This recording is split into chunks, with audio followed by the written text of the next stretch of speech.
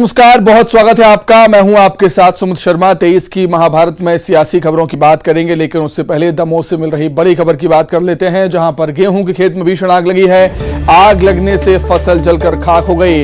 1 एकड़ खेत में लगी थी गेहूं की फसल, जो आग में खाक हो गई है। मौके पर पहुंची है तारादेही पुलिस। स्थानीयों की मदद से आग पर काबू पाया गया।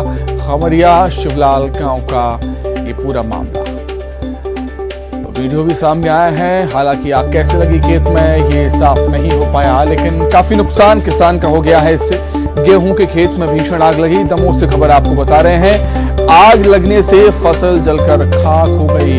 1 एकड़ खेत में लगी गेहूं की फसल में ये आग लगी थी। गेहूं की फसल जलकर राख हो चुकी है। मौके पर तारादेही पुलिस पहुंची। स्थानीय लोगों की मदद से आग पर काबू पाया गया है। खमरिया शिवलाल गांव का मामला। अधिक जानकारी के लिए बातचीत करेंगे। दमोह संवाददाता आशीष जैन जुड़ गए हैं फोन पर। आशीष, क्या कुछ जानकारी आपके पास? खेत में आग कैसे लगी थी, ये पता चल पाया क्या?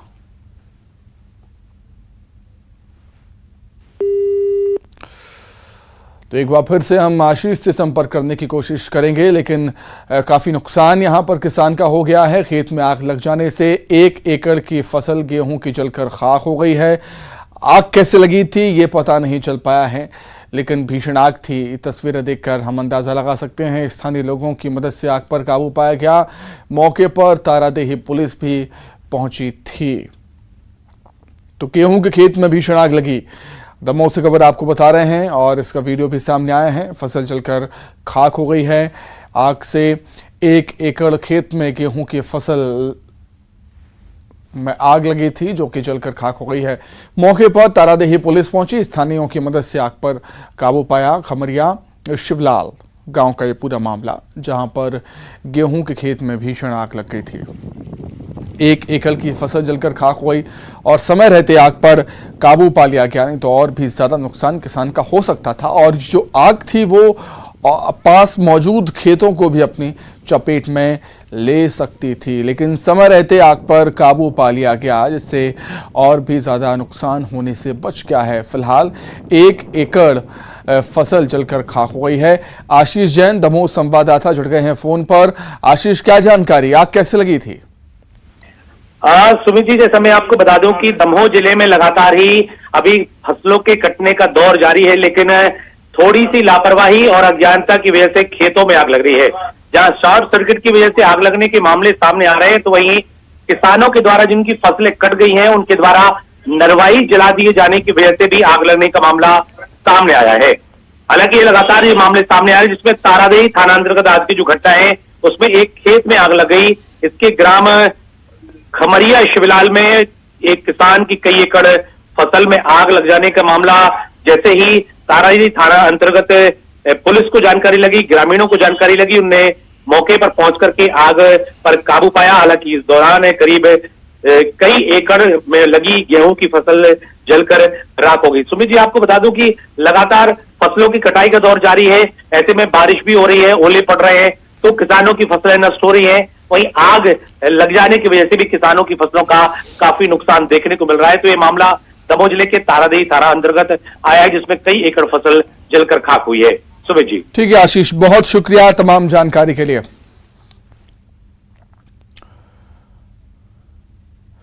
रायसेन से बड़ी खबर है, जहां पर बोरवेल से मासूम का सुरक्षित रेस्क्यू हुआ है। 100 फीट गहरे बोरवेल के गड्ढे में मासूम गिर गया था। 25 फीट गहराई में जाकर फंस गया था 10 साल का आशीष। ग्रामीणों ने खुद पहल कर बच्चे को बचा लिया। बच्चे को बाहर निकाल लिया। रस्सी के सहारे बोरवेल के गड्ढे से बच्चे को बाहर खींच लिया है। चेकअप के लिए भेजा गया है आशीष को अस्पताल। सिलवानी तहसील के ग्राम भानपुर का ये पूरा मामला। तो रायसेन से बड़ी खबर आपको बता रहे हैं, जहां पर बोरवेल से मासूम का सुरक्षित रेस्क्यू किया गया है। अधिक जानकारी के लिए बातचीत करेंगे। सहयोगी शैलेंद्र हमारे साथ जुड़ गए हैं फोन पर। शैलेंद्र, गांव वालों की तारीफ करनी होगी कि रस्सी के सहारे ही बच्चे को सुरक्षित निकाल लिया, लेकिन ये जो घटनाएं हैं वो रुकने का नाम नहीं ले रही मध्य प्रदेश में। बिल्कुल सुमित, आपने कहा कि जिस तरीके से अभी हाल ही में जो हादसा पेश आया था, उसके बाद से सरकार की तरफ से निर्देश भी जारी किए गए थे किसी तरह के खुले बोरवेल नहीं होने चाहिए, लेकिन उसी तरह का फिर एक जो घटनाक्रम है वो रायसेन के सिलवानी तहसील में से सामने आया। हालांकि इस मामले में अच्छी बात ये रही कि ग्रामीणों ने सूझबूझ और तत्परता दिखाते हुए तत्काल जो बच्चा है उसको बाहर निकाल लिया, क्योंकि ये तकरीबन 10 साल का बच्चा और 25 फुट के आसपास ये गहरे बोरवेल में फंसा था। हालांकि बोर की गहराई जो है वो लगभग 100 फीट की गनीमत रही कि वो 25 फीट पर ही फंसा था और उस दौरान जो ग्रामीणों ने उसको रेस्क्यू करके बाहर निकाल लिया। फिलहाल उसको हेल्थ चेकअप के लिए पास के सामुदायिक अस्पताल में भेजा गया है और वहाँ उसका जो है प्राथमिक स्वास्थ्य केंद्र में उसका चेकअप किया जाएगा। तो ये इस तरह का घटनाक्रम एक बार ये भी बता रहा है कि भले ही सरकार ने आदेश या नियम जारी कर दिए हों, लेकिन उसके बावजूद भी जमीनी स्तर पर उनका इम्प्लीमेंटेशन नहीं हो रहा है। यदि इम्प्लीमेंटेशन हो रहा होता तो ये बोरवेल जो जिसमें ये बालक गिरा था ये बंद होता और ये घटनाक्रम पेश नहीं आता। जी बिल्कुल, ये घटना बताती है कि सरकार के निर्देशों का पालन कितनी गंभीरता से किया जा रहा है। शैलेंद्र, आपका बहुत शुक्रिया जुड़ने के लिए। आगे बढ़ते हैं रीवा से बड़ी खबर, जहां मनगवा नगर परिषद दफ्तर दो पक्षों के बीच मारपीट हुई है। लाडली बहना योजना के फॉर्म भरने के दौरान मारपीट हुई। पार्षदों और फॉर्म भरवाने आए युवकों के बीच मारपीट हुई है। कार्यालय परिसर में तोड़फोड़ हुई है। मौके पर पहुंची पुलिस ने मामले को शांत करवा लिया। पुलिस ने मामला दर्ज कर जांच शुरू कर दी। खबर रीवा से है, जहां मनगवा नगर परिषद दफ्तर में दो पक्षों के बीच जमकर मारपीट हो गई। लाडली बहना योजना के फॉर्म भरने के दौरान मारपीट हुई है। पार्षदों और फॉर्म भरवाने आए युवकों के बीच बहस हुई, उसके बाद मारपीट भी शुरू हो गई। कार्यालय परिसर में तोड़फोड़ हुई है। मौके पर पहुंची पुलिस ने मामले को शांत करवाया और पुलिस मामले की जांच अब कर रही है। खबर ग्वालियर से, जहां चिटफंड मामले में क्राइम ब्रांच की कार्रवाई देखने को मिली। इंदौर से क्राइम ब्रांच ने 3 लोगों को गिरफ्तार किया। तीनों Utkal multi state chit fund company के एजेंट हैं। 48,000 के एवज में 2 लाख देने का झांसा ये देते थे। आरोपियों के खिलाफ ग्वालियर में भी शिकायत हुई थी। तो चिटफंड के मामले में क्राइम ब्रांच की कार्रवाई देखने को मिली। फरियादी थे, जिसमें कि 15-16 फरियादी थे। उनके द्वारा थाना गोले के मंदिर में आकर एफआईआर रजिस्टर कराई गई, जिसमें आईपीसी सेक्शन धोखाधड़ी की विभिन्न धाराओं के तहत केस रजिस्टर किए जाकर इन्वेस्टिगेशन लिया गया था। उसमें 2 आरोपी पूर्व में गिरफ्तार हो चुके थे, जिसमें डायरेक्टर और एक अन्य जो मैनेजर थे वो गिरफ्तार हुए थे। इसमें 3 आरोपी फरार थे, जिनके द्वारा कलेक्शन का पूरा पैसे का काम किया गया था और उन आरोपियों की गिरफ्तारी के लिए भी पुलिस अधीक्षक ग्वालियर के द्वारा 5-5 हज़ार रुपये का तीनों के इनाम किया गया था उनकी गिरफ्तारी पर।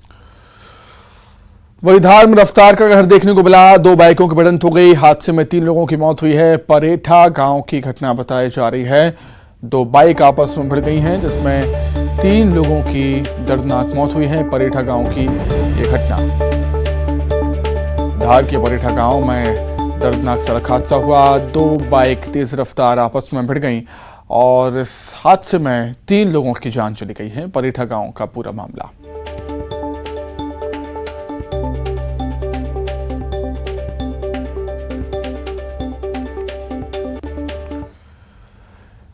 रायपुर से खबर, शराब दुकान के विरोध में हल्ला बोल हुआ। काठाढ़ी शराब दुकान के विरोध में प्रदर्शन किया गया। शराब दुकान को हटाने की मांग की जा रही है। शराब दुकान के पास है प्राइमरी स्कूल। दुकान हटाने की मांग पर डटी हुई है, अड़ी हुई हैं महिलाएं।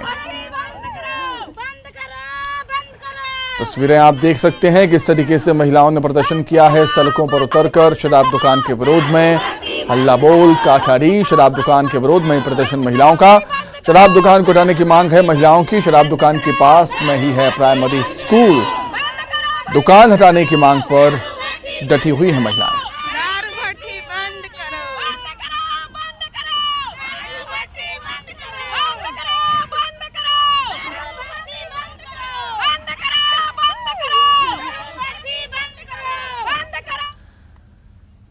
महासमुंद से बड़ी खबर, जहां 12 लाख का 60 किलो गांजा बरामद किया गया। पुलिस ने 6 आरोपियों को गिरफ्तार भी किया है। 2 अलग अलग मामलों में गिरफ्तारियां हुई हैं। 24 किलो गांजा के साथ 4 गिरफ्तार हुए, वहीं 35 किलो गांजा के साथ 2 गिरफ्तार हुए। महासमुंद पुलिस की बड़ी कार्रवाई, गांजे की बड़ी खेप पकड़ी है पुलिस ने।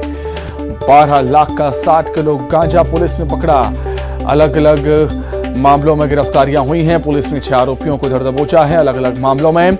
24 किलो गांजा के साथ 4 आरोपी गिरफ्तार हुए, वहीं 35 किलो गांजे के साथ 2 आरोपी पकड़े गए। महासमुंद पुलिस की बड़ी कार्रवाई।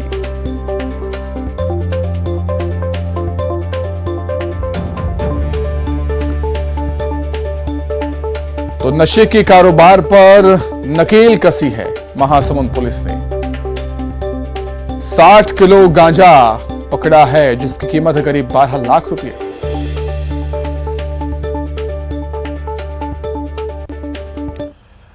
आइए अब देखेंगे 23 की महाभारत, जहां पर चुनावी साल है और ऐसे नेता अपनों को साधने में जुट गए हैं। भितरघात का भी डर सताने लगा है। जतारा से बीजेपी के विधायक हरिशंकर खटीक का वीडियो सामने आया और वीडियो में विधायक अपने समर्थकों को लेकर अयोध्या लेकर गए। अयोध्या में सरयू नदी में कसम भी दिलवाई। उनके समर्थक कसम खा रहे हैं कि विधानसभा चुनाव में कोई छल और छंद नहीं करेंगे। ये वीडियो सोशल मीडिया पर काफी वायरल भी हो रहा है। सरयू भैया अपने जीवन में अपने जीवन का विकास, जनता की सेवा करें, हम क्षेत्र का विकास करें, हम क्षेत्र का विकास, जनता की सेवा करें, जनता की सेवा करें, किसी के साथ हम कोई धोखा ना दें, कोई धोखा ना दें। सरयू भैया हम कोई छल छंद ना करें, हम कोई छल छंद। सरयू भैया हम अपने क्षेत्र के विकास को इतिहास के पन्नों में रखें। सरयू भैया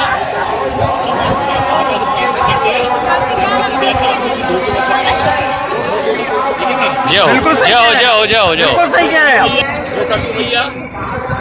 क्षेत्र का विकास, जनता की सेवा के साथ साथ क्या बोलते हैं, हम सबको अच्छी से अच्छी। सरयू नदी में शपथ को लेकर पूर्व मंत्री सज्जन सिंह वर्मा ने तंज कसा है। सज्जन सिंह वर्मा ने कहा कि बीजेपी नेता डरे हुए हैं, इसलिए तीर्थ यात्रा के बहाने कार्यकर्ताओं को संकल्प दिला रहे हैं, जबकि बीजेपी विधायक हरिशंकर खटीक को खुद सरयू नदी में स्नान कर मन के मैल को दूर करना चाहिए।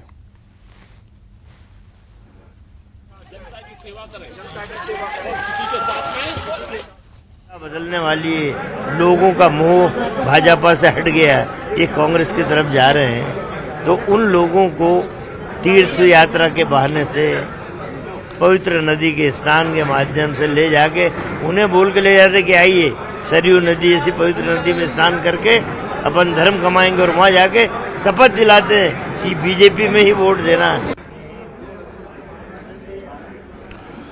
तो देखा किस तरीके से आपने बीजेपी के विधायक सरयू नदी में अपने समर्थकों को शपथ दिला रहे हैं कि कोई छल छंद नहीं करेंगे, चुनाव के दौरान उनका साथ नहीं छोड़ेंगे। ऐसी शपथ दिलाई गई बीजेपी के कार्यकर्ताओं को।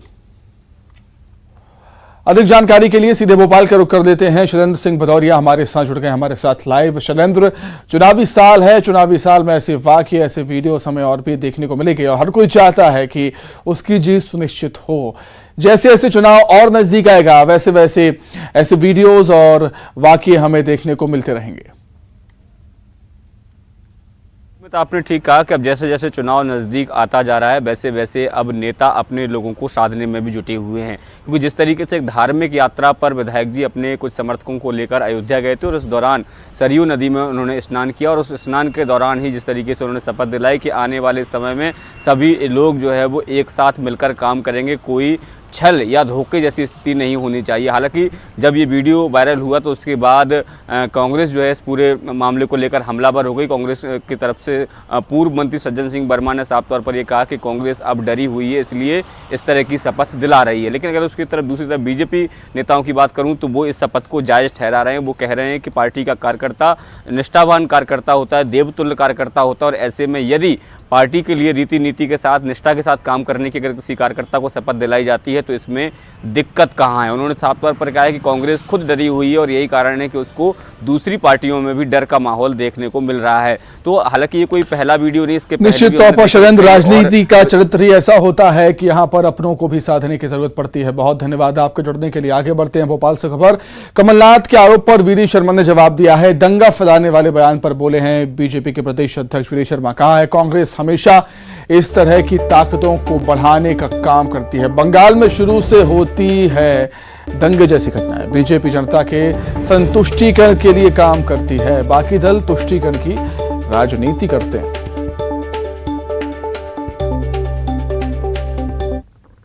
इस प्रकार की ताकतें जो स्थिरता लाना चाहती हैं उन्हें बल देना, उन्हें ताकत देना और इस प्रकार के लोगों को एप्रिसिएशन करना, यही कांग्रेस की भूमिका और चरित्र रहा है, जो दुर्भाग्यजनक है, लेकिन देश आज ये जानता है कि इस प्रकार की ताकतें अब ये काम नहीं कर सकती। वो सपना कमलनाथ जी हमेशा देखते रहते हैं। जब सरकार मध्य प्रदेश के अंदर गिर गई थी और गिरने के बाद वो हर महीने मुख्यमंत्री बनते हैं। मैं अब मुख्यमंत्री बनने वाला हूं। जब 28 विधानसभाओं के उपचुनाव थे तो मैं मुख्यमंत्री, जनता ने आईना दिखा दिया, जवाब दे दिया। फिर चुनाव हुए, फिर मैं मुख्यमंत्री, फिर जनता ने जवाब दे दिया। और अभी भी उन्हें यह सपना हमेशा आता रहता है।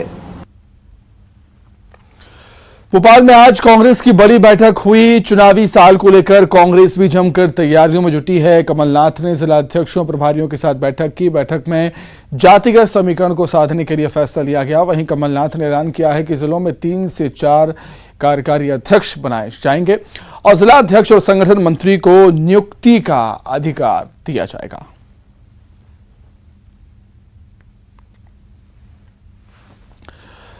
तो कमलनाथ ने जिला अध्यक्षों प्रभारियों के साथ बैठक की है। चुनावी साल में बैठकों का दौर लगातार जारी है। अपनी अपनी रणनीति बनाने में सभी दल जुटे हुए हैं, चाहे वो कांग्रेस की बात हो या बीजेपी की बात हो। कांग्रेस के सामने चुनौतियां ज़्यादा हैं क्योंकि सत्ताधारी दल से और बीजेपी के मजबूत संगठन से उसकी बढ़त है।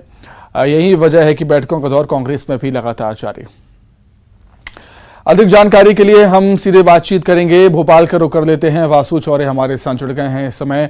वासु, चुनावी साल है, बैठकों का दौर भी चल रहा है। चुनौतियां विपक्ष के सामने ज्यादा हैं क्योंकि बीजेपी के एक मजबूत संगठन से उसको भिड़ना है। परसों में देखिए, चुनाव में अब सिर्फ चंद महीनों का समय ही बाकी रह गया है। बीजेपी हो या कांग्रेस पूरी ताकत के साथ, पूरे दमखम के साथ चुनावी मैदान में उतरने की तैयारी कर रहे हैं और चुनाव का खाका तैयार करने के लिए लगातार बैठकों का दौर जारी है, जिसमें चुनाव का ब्लूप्रिंट बना रहे हैं। सही कहा आपने कि विपक्ष के सामने ज़्यादा चुनौतियां हैं क्योंकि संगठन के लिहाज से जब आप बीजेपी और कांग्रेस की तुलना करते हैं तो बीजेपी जो है वो कांग्रेस से कहीं ज़्यादा भारी नजर आती है। और यही वजह है कि बीते समय में जो चुनाव हुए हैं, चाहे वो उपचुनाव रहे हों विधानसभाओं के या फिर नगरीय निकाय और पंचायत के चुनाव रहे हों, ओवरऑल परफॉर्मेंस की आप बात करेंगे तो बीजेपी जो है वो कांग्रेस से थोड़ा सा ऊपर दिखाई देती है। और मुख्यमंत्री से लेकर वीडी शर्मा जो प्रदेश अध्यक्ष हैं और संगठन के जो पदाधिकारी और कार्यकर्ता हैं वो लगातार पूरे प्रदेश में एक्टिव भी हैं, बूथ बूथ तक पहुंचने का काम कर रहे हैं। दूसरी ओर अगर कांग्रेस की आप बात करें तो कमलनाथ जो है वो किला लड़ाते हुए नजर आ रहे हैं, लगातार बैठकें ले रहे हैं। मोर्चा प्रकोष्ठों को और जो फ्रंटल ऑर्गेनाइजेशन है उनको एक्टिव करने का काम किया गया है। सबको अपना अपना टास्क जो है वो डिस्ट्रीब्यूट कर दिया गया है। लेकिन सबसे बड़ी चुनौती कांग्रेस के सामने ये है कि जो कांग्रेस की ओर से यानी कि पीसीसी की ओर से जो टास्क दिए जाते हैं उनका जमीन पर कितना इंप्लीमेंटेशन हो रहा है, वो फीडबैक कितना पार्टी तक पहुंच रहा है, ये सबसे ज्यादा महत्वपूर्ण हो जाता है। हालांकि कांग्रेस की जो 2018 की रणनीति थी वो कारगर साबित हुई थी और उसमें भी कांग्रेस ने बूथ पर मजबूत जमावट को जोर दिया था और इस चुनाव में भी कांग्रेस उसी रणनीति पर अब आगे बढ़ती हुई दिखाई दे रही है। बहरहाल देखना होगा कि कांग्रेस की लगातार जो बैठकें चल रही हैं, कमलनाथ की ओर से और पीसीसी की ओर से जो दिशा निर्देश दिए जा रहे हैं वो जमीन पर कितना काम कर रहे हैं और कितना आने वाले चुनावों में कांग्रेस ठीक है वासु, बहुत शुक्रिया आपके जुड़ने के लिए। आगे बढ़ेंगे। आईपीएल हमेशा से क्रिकेट प्रेमियों के लिए एक बड़ा इवेंट रहा है। इस बार टाटा आईपीएल 2023 के मैचों को जियो सिनेमा में स्ट्रीम किया जा रहा है। इस प्लेटफॉर्म ने अपने पहले ही आईपीएल प्रसारण पर दर्शकों की संख्या का नया रिकॉर्ड बना दिया है। जी हां, आईपीएल ओपनिंग वीकेंड में जियो सिनेमा स्ट्रीमिंग पर रिकॉर्ड तोड़ 147 करोड़ व्यूज मिले हैं। जियो सिनेमा ने 2023 में धमाकेदार ओपनिंग वीकेंड के साथ ही ब्लॉकबस्टर डेब्यू कर दिया है। दर्शकों की संख्या को लेकर जियो सिनेमा ने पहले ही हफ्ते में सभी को पीछे छोड़ दिया। पिछले सीजन के पहले सप्ताह की तुलना में 60% से ज्यादा दर्शकों का इजाफा हुआ है इस बार।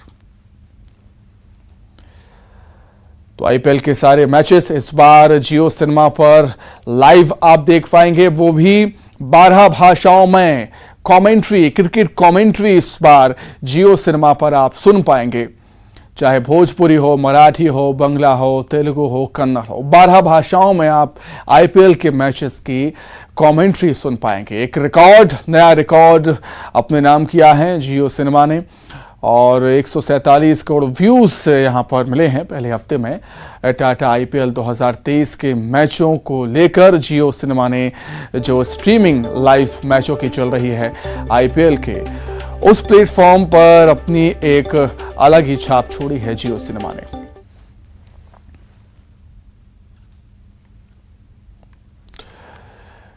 इसी के साथ ही फिलहाल इस बुलेटिन में इतना ही। खबरें लगातार जारी हैं। नमस्कार।